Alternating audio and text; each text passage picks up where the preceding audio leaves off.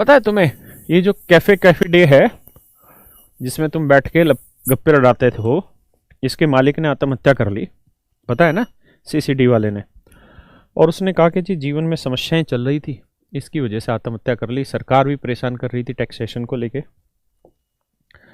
लेकिन ऐसे अनेकों अनेक एग्जाम्पल है जिनकी स्थिति बहुत बुरी से बुरी हुई, जिनके खाने के भी लाले पड़े, और एक वक्त फिर बाद में ऐसा आया कि उनको वो सब कुछ मिल गया जो उन्हें पहले भी नहीं मिला था। अब एग्जाम्पल को लेके चलना है तो आप अमिताभ बच्चन को देख लीजिए।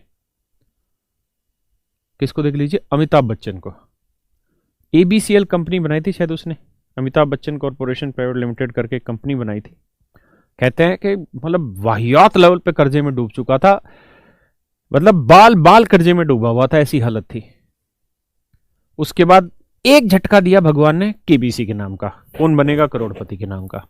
और सबसे पहला जो शो चला था ना, उस समय मैं नया नया ही जवान था समझो। उस समय यह हालत होती थी कि जब इसका शो आता था रात को 8 से 9 पे, स्टार प्लस पे आता था, तो भाई साहब उस समय पे ना रोड पे पब्लिक कम हो जाती थी। ये क्रेज था। और ये एक एक शो के 3-3, 4-4 करोड़ रुपए लेता था।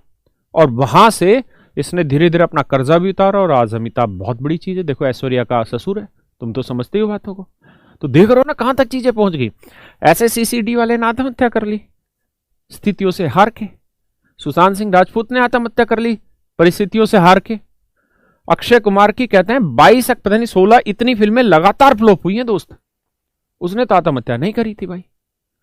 तो जीवन में जिस दिन आप हारने की सोच रहे हो, समझ लो आप उसी दिन हार रहे हो, है ना। किसी आदमी को अगर बुढ़ापा लाना है तो वो ये सोचना शुरू कर दे कि वो बूढ़ा हो गया, बुढ़ापा आ गया। और जब तक वो अपनी सोच को सही डायरेक्शन में रखेगा, बुढ़ापा आ ही नहीं सकता, है ना। और इस बात का अर्थ मुझसे मत लगाना। आओ भैया, अब ये बातें समझ गए।